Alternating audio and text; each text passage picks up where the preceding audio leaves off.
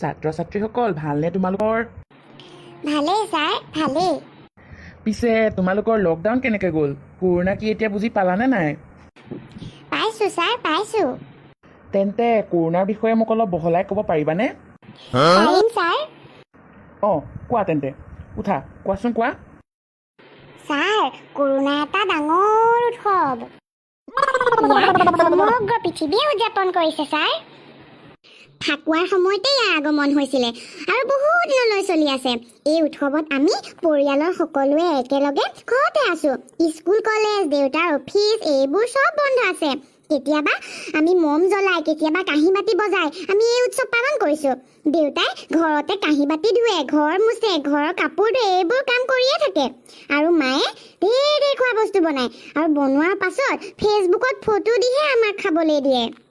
আৰু আমাৰ বাৰ কলেজ নাই কাৰণে ভিতৰতে কিবা কিবি অংগী ভংগী কৰি থাকে, টিকটক কৰি থাকে।